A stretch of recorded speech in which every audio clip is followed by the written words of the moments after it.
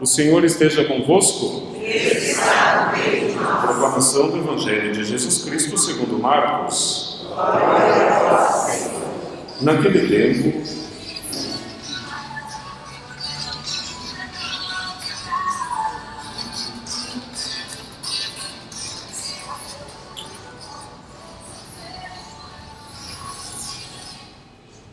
tempo, vieram ter com Jesus alguns saduceus, os quais afirmam que não existe ressurreição, e lhe propuseram este caso: Mestre, Moisés deu-nos esta prescrição: se morrer o irmão de alguém e deixar a esposa sem filhos, o irmão desse homem deve casar-se com a viúva, a fim de garantir a descendência de seu irmão.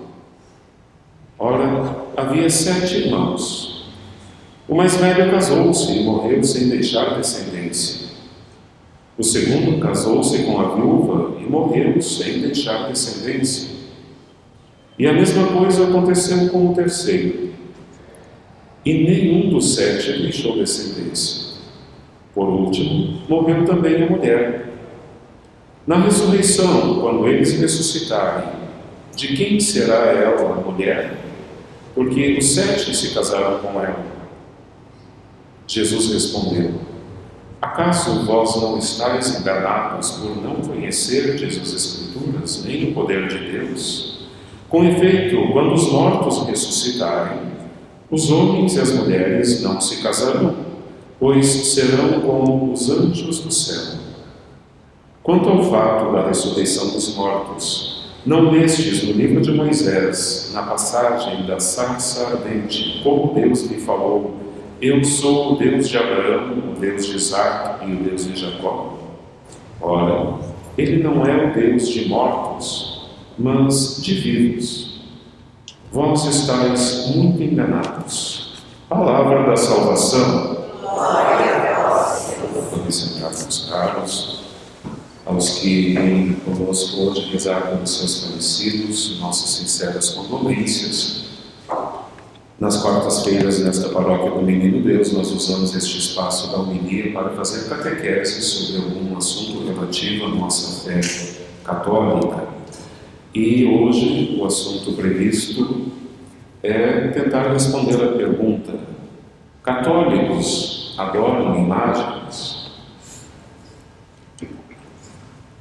Um dia desses, um padre amigo me contou o seguinte caso. Ele estava atendendo confissões antes da missa e uma paroquiana se aproximou e pediu-lhe que ele desse uma bênção numa medalhinha de Nossa Senhora que ela portava consigo.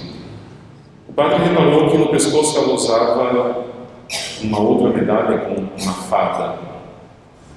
O padre deu a bênção na medalha de Nossa Senhora e ao término da bênção, esta senhora disse: que bom, agora esta medalha vai me dar sorte. E aí o padre percebeu que o amuleto que ela usava não era a fada, mas a medalha de Nossa Senhora. Meus caros, nós católicos nem sempre fazemos uso devido das imagens. Não que o problema esteja nas imagens em si, mas não raras vezes os católicos são acusados de idólatras por adorarem, sim, imagens. Então é preciso que façamos um discernimento sobre qual a orientação que a Igreja dá quanto ao uso das imagens, para que não caímos em pecado, sobretudo contra o primeiro mandamento, o pecado de idolatria.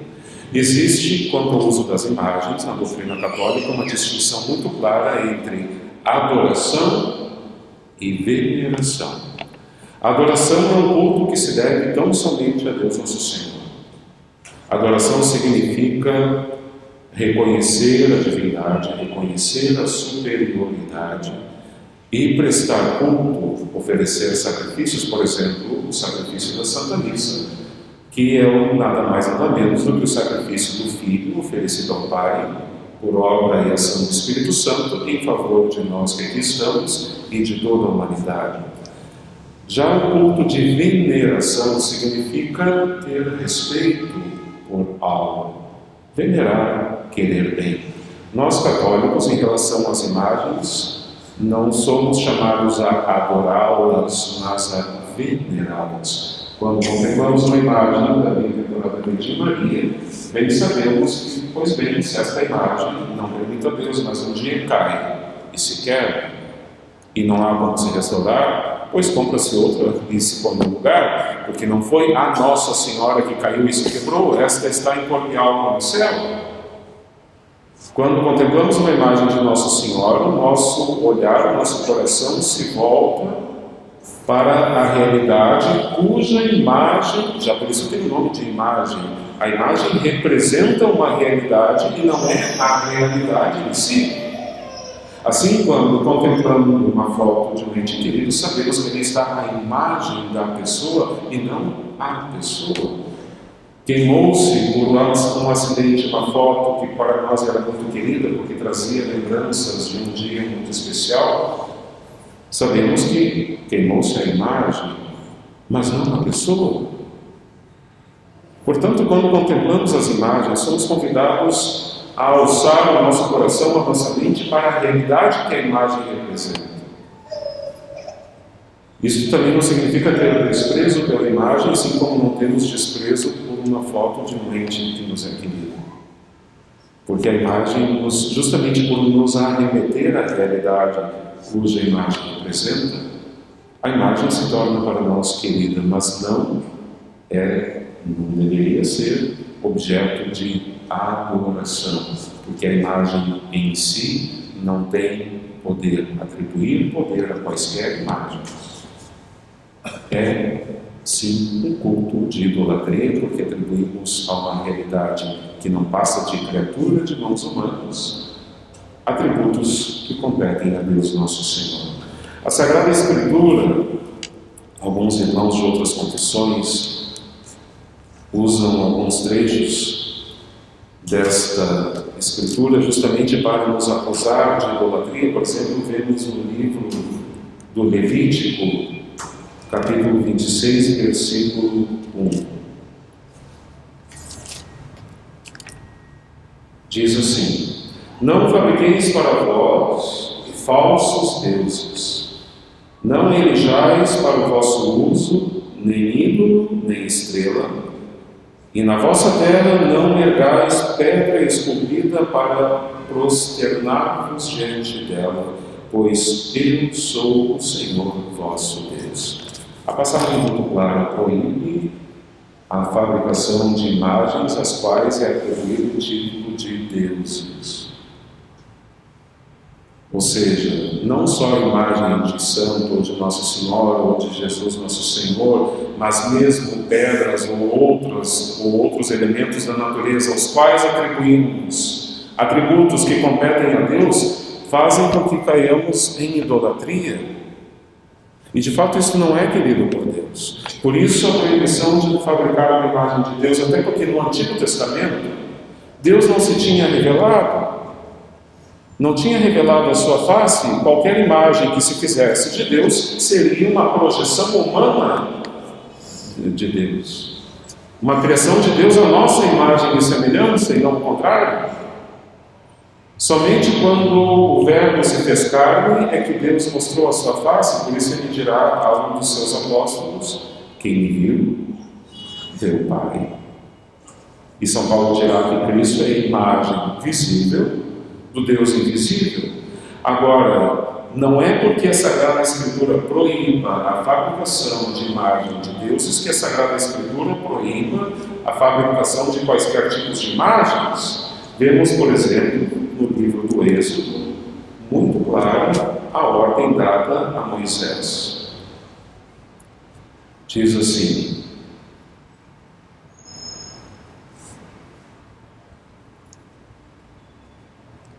no capítulo 25, versículos 17 a 22. A glória do Senhor aparecia aos filhos de Israel como um fogo devorador no cimo da montanha.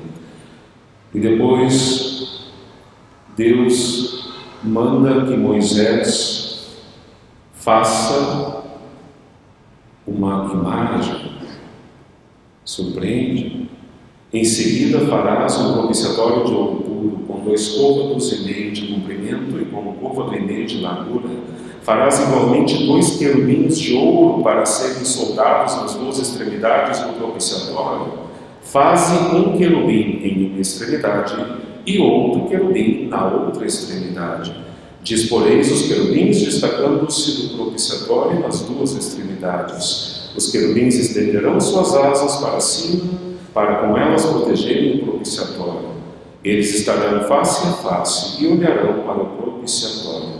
Porás o propiciatório sobre a arca e dentro dela o documento que hei de te dar. Deus manda a confecção da imagem de querubins para ornar a urna que conteria as tábuas da lei, a arca da aliança. Por quê? Para que essas imagens fossem idolatradas? Não, porque através dessas imagens se deveria reverenciar a lei que estaria contida dentro daquela arca da aliança. Então vemos que a própria Sagrada Escritura nos adverte que não devemos prestar culto idolátrico às imagens, mas nem por isso podemos ou devemos desprezar as imagens se delas fazemos uso correto. O que não podemos é passar da veneração à idolatria, como aconteceu na Sagrada Escritura, por exemplo, quando no livro dos Números, Deus manda a Moisés: manda fazer uma serpente abrasadora e fixa-a numa haste. Todo aquele que for mordido e olhar para ela terá a sua vida salva. Moisés fez uma serpente de bronze e a fixou numa haste. E quando uma serpente mordia um homem, este olhava a serpente de bronze e tinha a sua vida salva. Ou seja, através do uso da imagem da serpente, aquele que era picado por uma serpente justamente porque estava murmurando contra Deus, ao contemplar a imagem diante dos olhos do seu pecado, porque ao murmurar agimos como serpentes, por isso se diz que aquele que murmura é venenoso, é aquele que fica falando mal dos outros. Ao reconhecer o seu pecado diante dos olhos, por isso tinha vida. Mas quando ao longo dos anos o povo passou da veneração que se deveria ter com aquela imagem à idolatria, o que aconteceu? Vemos no segundo livro dos Reis, capítulo 18, versículo 4.